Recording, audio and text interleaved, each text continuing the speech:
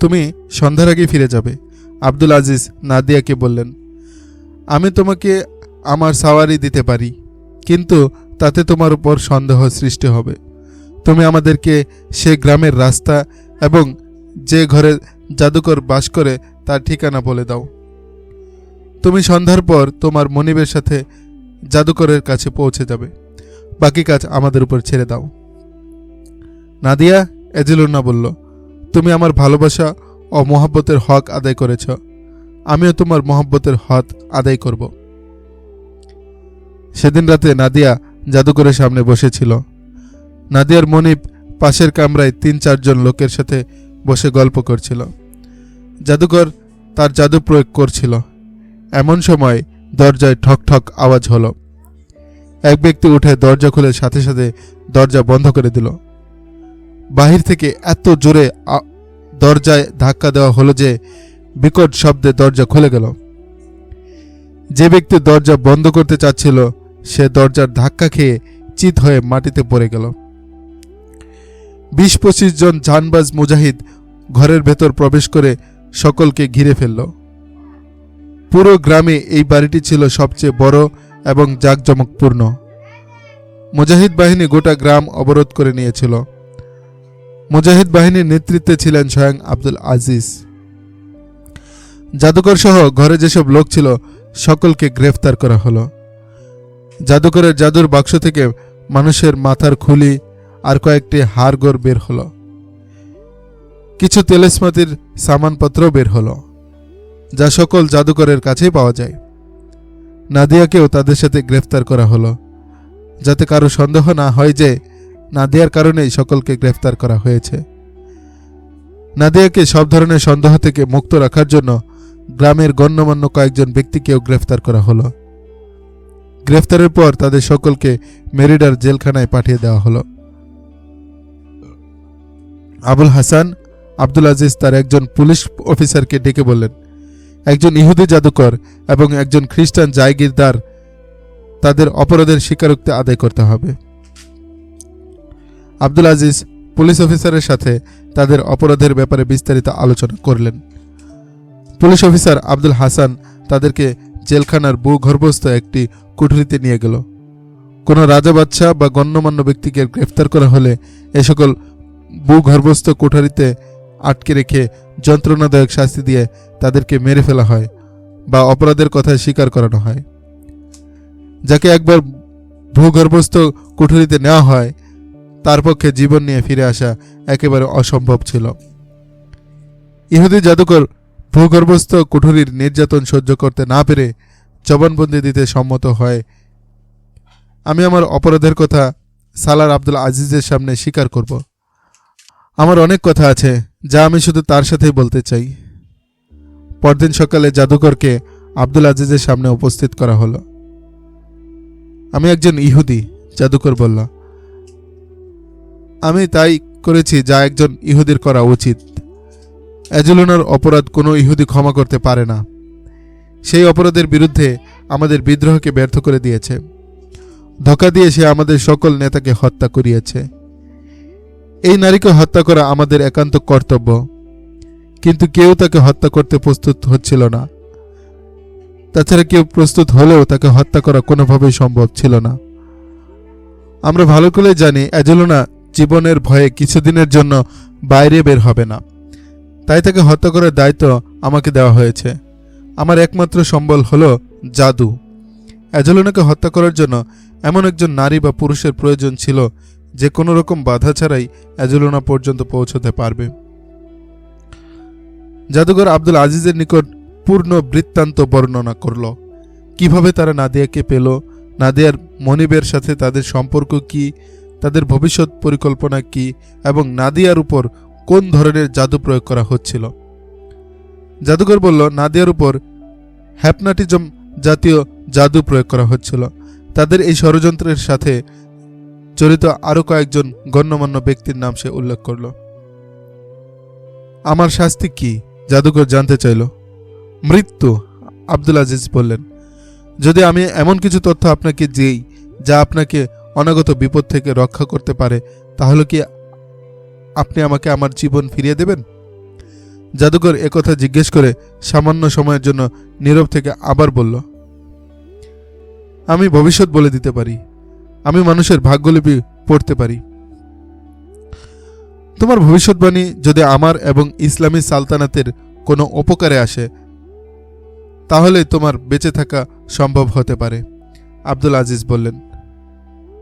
আমি ওয়াদা করছি, জাদুকর বলল, যদি আমার জীবন ভিক্ষা দেওয়া হয় তাহলে আমি এমন কোনো কাজ করব না যা আপনার সালতানাত বা কোনো মুসলমানের সামান্য ক্ষতি করতে পারে। তাহলে তুমি বলতে পারো, আব্দুল আজিজ বললেন। সম্মানিত সালার, জাদুকর বলল, প্রথম কথা হলো কোনো ইহুদিকে বিশ্বাস করবেন না। কোনো মুসলমানের উচিত নয় কিন্তু কোনো ইহুদিকে বিশ্বাস করা। আন্দালুসিয়ার ইহুদিরা মুসলমানদেরকে যে সহযোগিতা করেছে তা তাদের নিজেদের ফায়দার জন্য, নিজেদের উদ্দেশ্য চরিতার্থ করার জন্য করেছে। দ্বিতীয় কথা হলো, যে মাটিতে আপনারা আপনাদের রাজত্ব কায়েম করতে এসেছেন সেই মাটি এক রহস্যময় মাটি। এই মাটির ইতিহাস রক্ত দ্বারা লেখা হয়েছে এবং ভবিষ্যতেও রক্ত দ্বারাই লেখা হবে। এটা কোনো নতুন কথা নয়, আব্দুল আজিজ বললেন। যে দেশে হামলা করা হয় সে দেশের সেনাবাহিনী লড়াই করে, ফলে হানাদার ও রক্ষী বাহিনীর মাঝে রক্তক্ষয়ী যুদ্ধ হয়। উভয় পক্ষই জানমালের ক্ষতি হয়, উভয় বাহিনীর লোকজনই মারা পড়ে। আমি এ ধরনের হত্যাকাণ্ডের কথা বলছি না, জাদুকর বলল। কোনো দেশ শত্রু বাহিনী দ্বারা আক্রান্ত হলে সে দেশের জনগণ জীবন বাজি রেখে লড়াই করবে, এটাই স্বাভাবিক।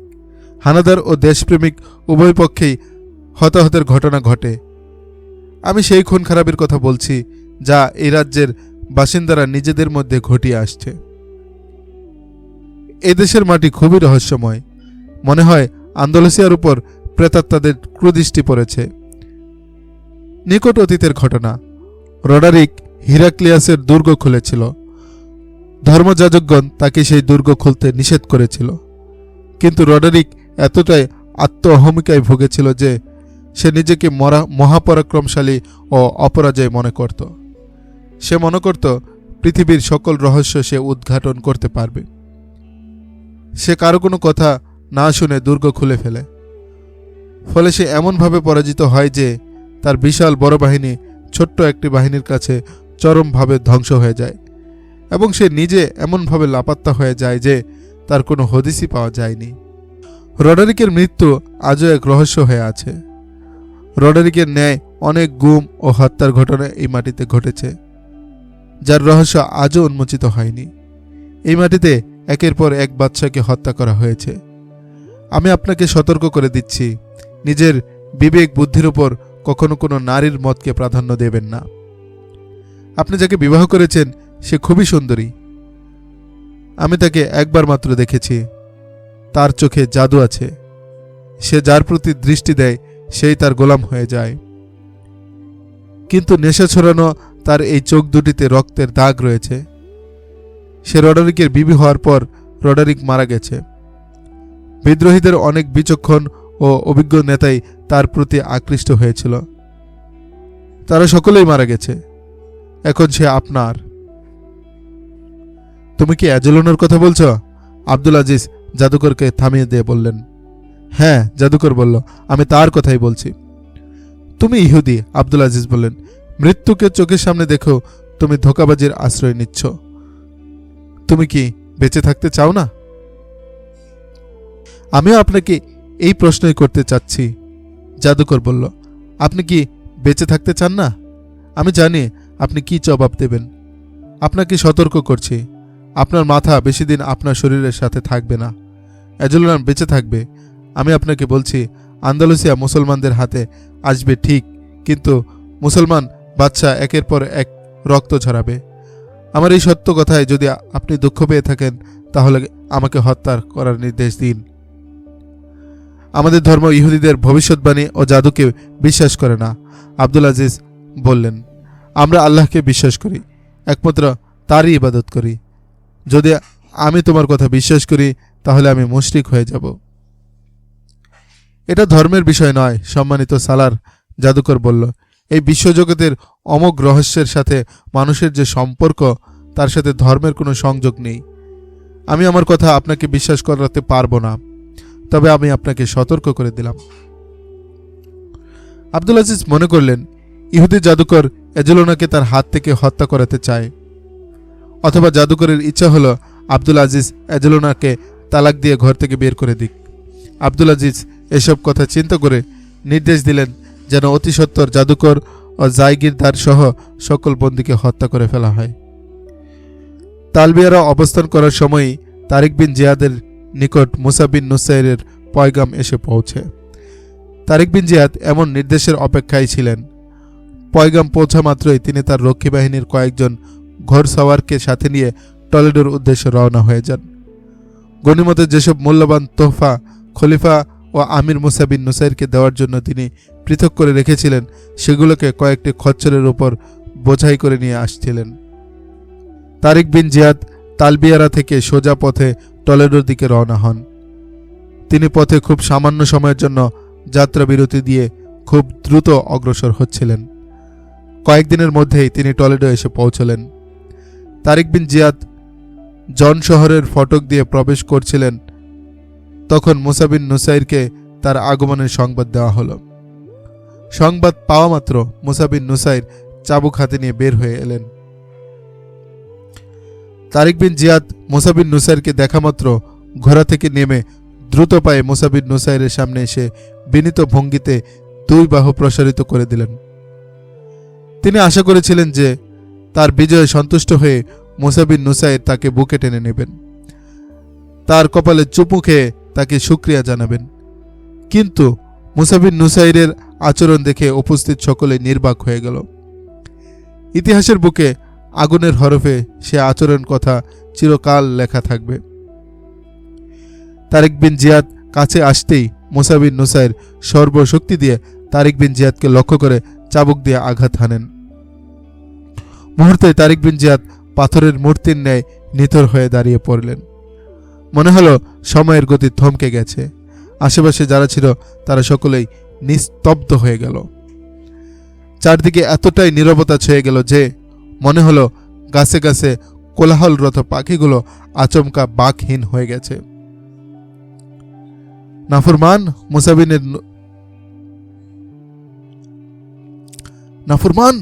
মুসা বিন নুসাইরের তীব্র চিৎকারে নীরবতা ভেঙে গেল।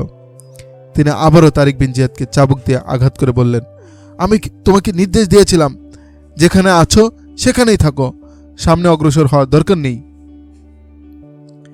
মুসা বিন নুসাইর আরেকবার চাবুক দিয়ে আঘাত করে বললেন, কিন্তু তুমি গোটা রাজ্য জয় করার জন্য উঠে পড়ে লাগলে, আমার নির্দেশের কোনো পরোয়াই করলে না। তারিক বিন জিয়াদ দাঁড়িয়ে দাঁড়িয়ে চাবুকের আঘাত সহ্য করছিলেন, আর মুসা বিন নুসাইর একের পর এক আঘাত করে চলছিলেন।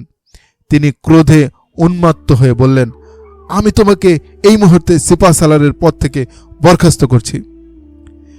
মুসা বিন নুসাইর তার সিদ্ধান্ত শুনিয়ে দিয়ে আশপাশে দাঁড়িয়ে থাকা সালারদেরকে হুকুম দিলেন, একে কয়েদখানায় নিয়ে যাও, আমি একে মুক্ত দেখতে চাই না।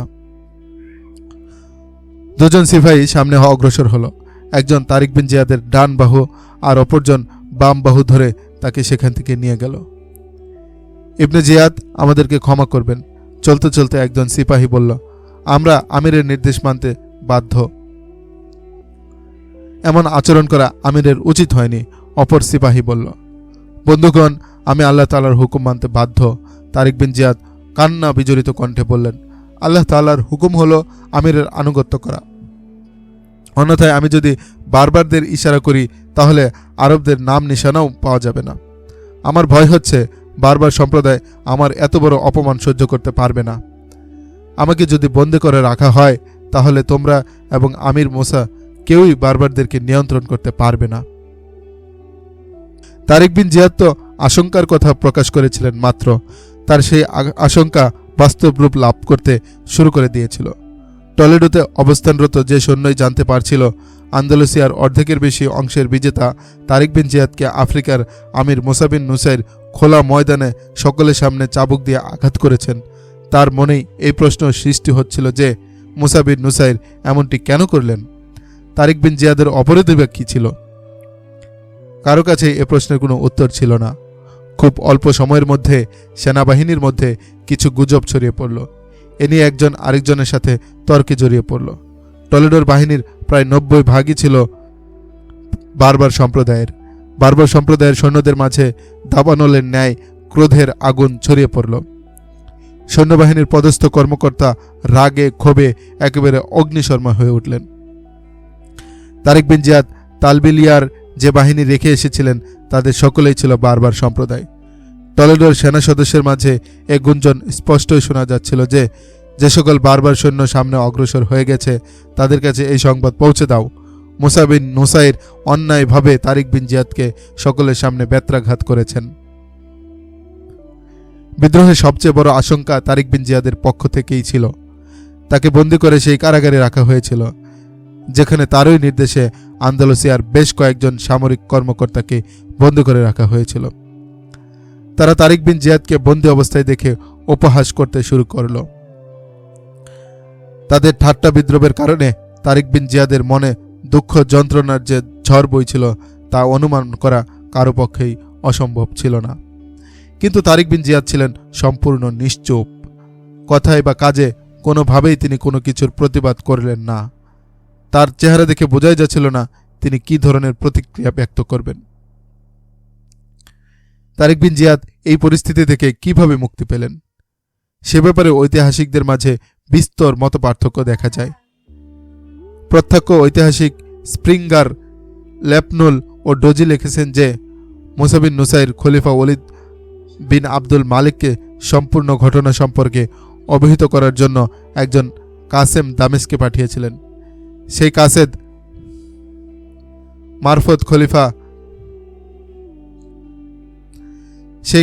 মারফত খলিফা পয়গাম পাঠিয়েছিলেন যে তারিক বিন জিয়াদকে সেনা প্রধানের পদে পুনর্বহাল করা হোক। অন্য 3 জন ঐতিহাসিক লিখেছেন তারিক বিন জিয়াদ কারাগার থেকে গোপন তৎপরতার মাধ্যমে তার শুভাকাঙ্ক্ষীদের মধ্যে এক ব্যক্তিকে দামেস্ক পাঠিয়ে দেন।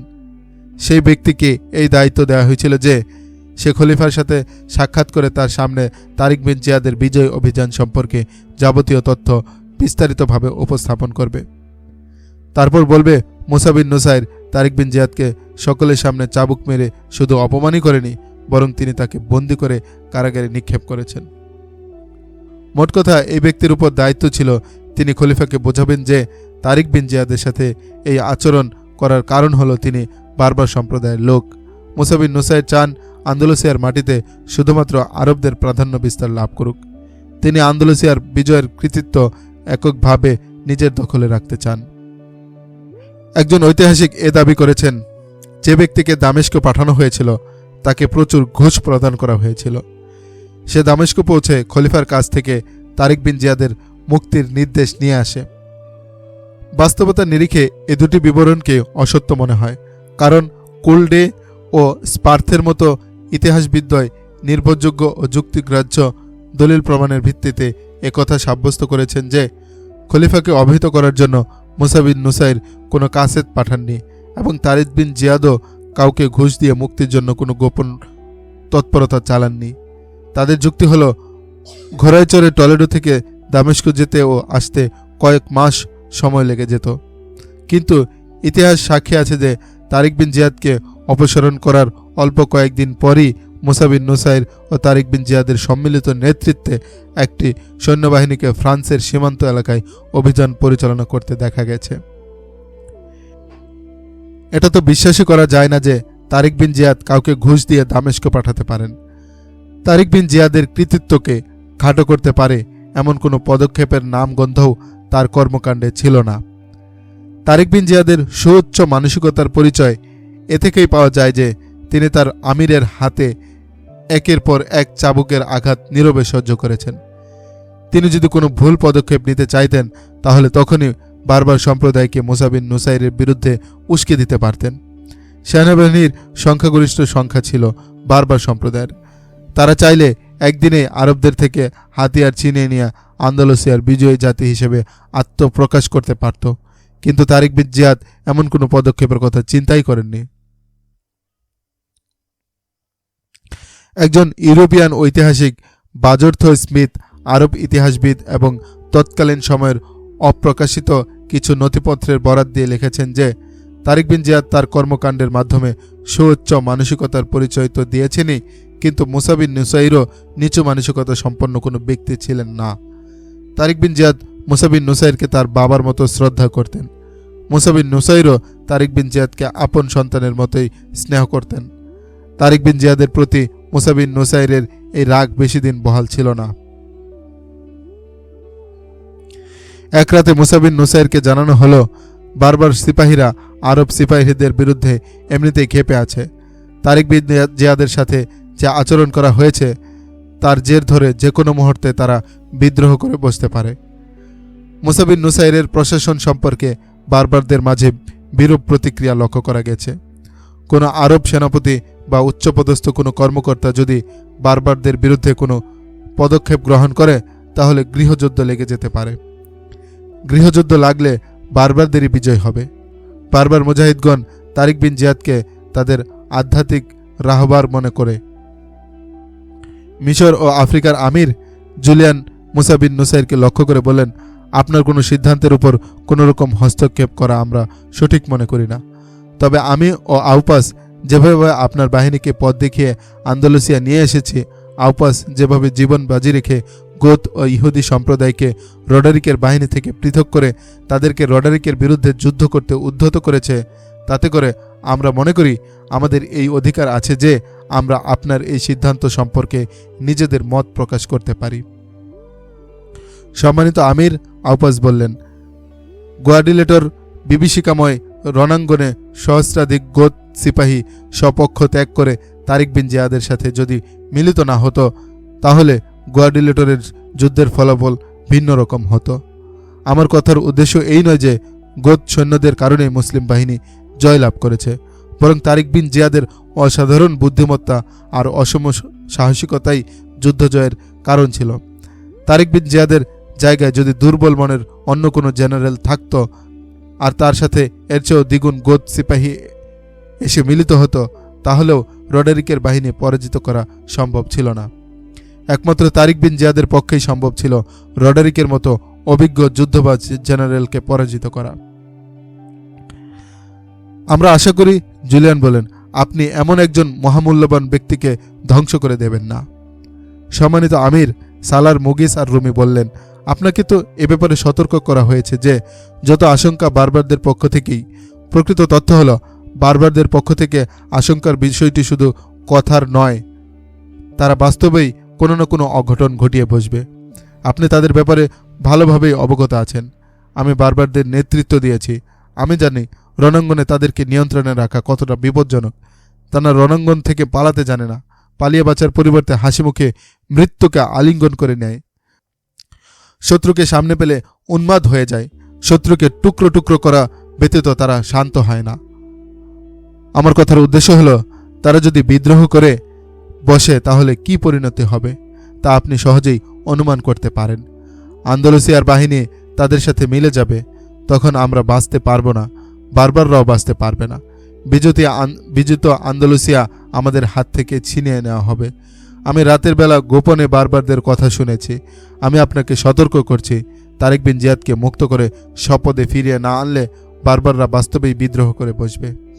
আমি আপনাকে আরও বলতে চাই যে আরব সেনা কর্মকর্তা ও মুজাহিদগণও তারিক বিন জিয়াদের অপসারণে সন্তুষ্ট নয়। আমি আপনাকে বলতে চাই, তারিক বিন জিয়াদ কেন আপনার হুকুম মানেননি। সালার আবু জুররা তুরাইফকে বললেন, সে কথা আমি তোমাদের মুখে নয়, বরং তারিক বিন জিয়াদের মুখেই শুনতে চাই। মুসা বিন নুসাইর বললেন, তোমরা কি মনে করছ তোমরা যে আশঙ্কার কথা বলছ তা আমি জানি না? তোমরা কি জানো না যে ইসলাম আমিরের নির্দেশ অমান্যকারীকে ক্ষমা করে না? তোমরা কি আমাকে বেয়াকুফ মনে করছ? তোমরা কিভাবে ধারণা করলে যে আমি তারিক বিন জিয়াদের বিজয়ের কৃতিত্ব ধূলিসাৎ করে দেব? তার কৃতিত্ব আমার নিজের কৃতিত্ব বলে চালিয়ে দেব? আল্লাহই ভালো জানেন কার কৃতিত্ব কতটুকু। আমি মানুষকে আমার কৃতিত্ব দেখাতে চাই না। আমি শুধু আল্লাহর দরবারে আমার কর্মফল পেশ করতে চাই।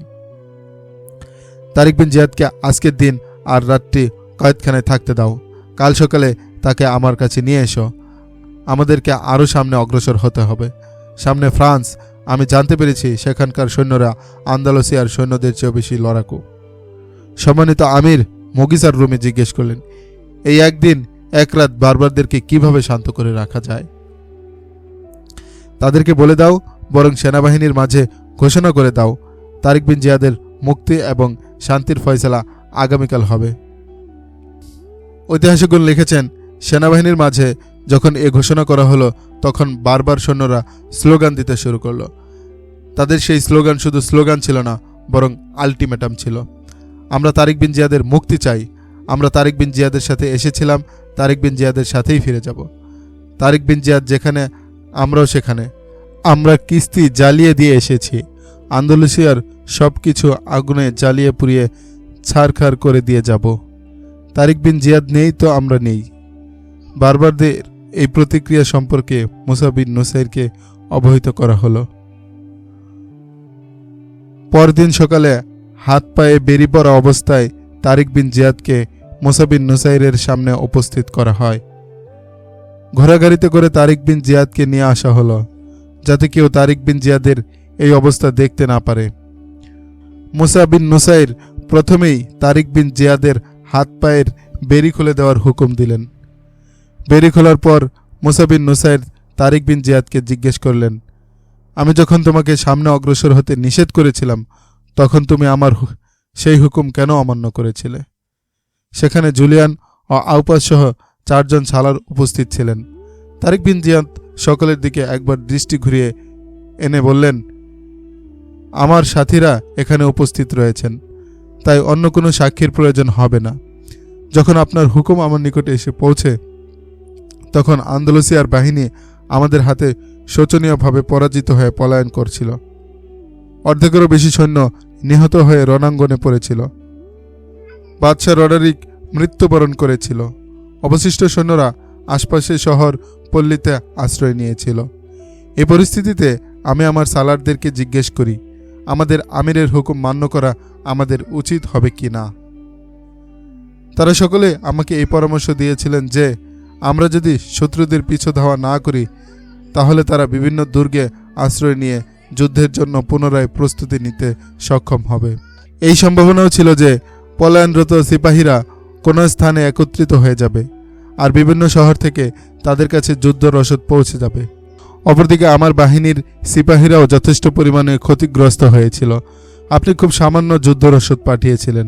আমি চাচ্ছিলাম শত্রু বাহিনীকে ব্যস্ত রাখতে এবং কোনোভাবেই যেন তাদের কাছে যুদ্ধ রসদ না পৌঁছে।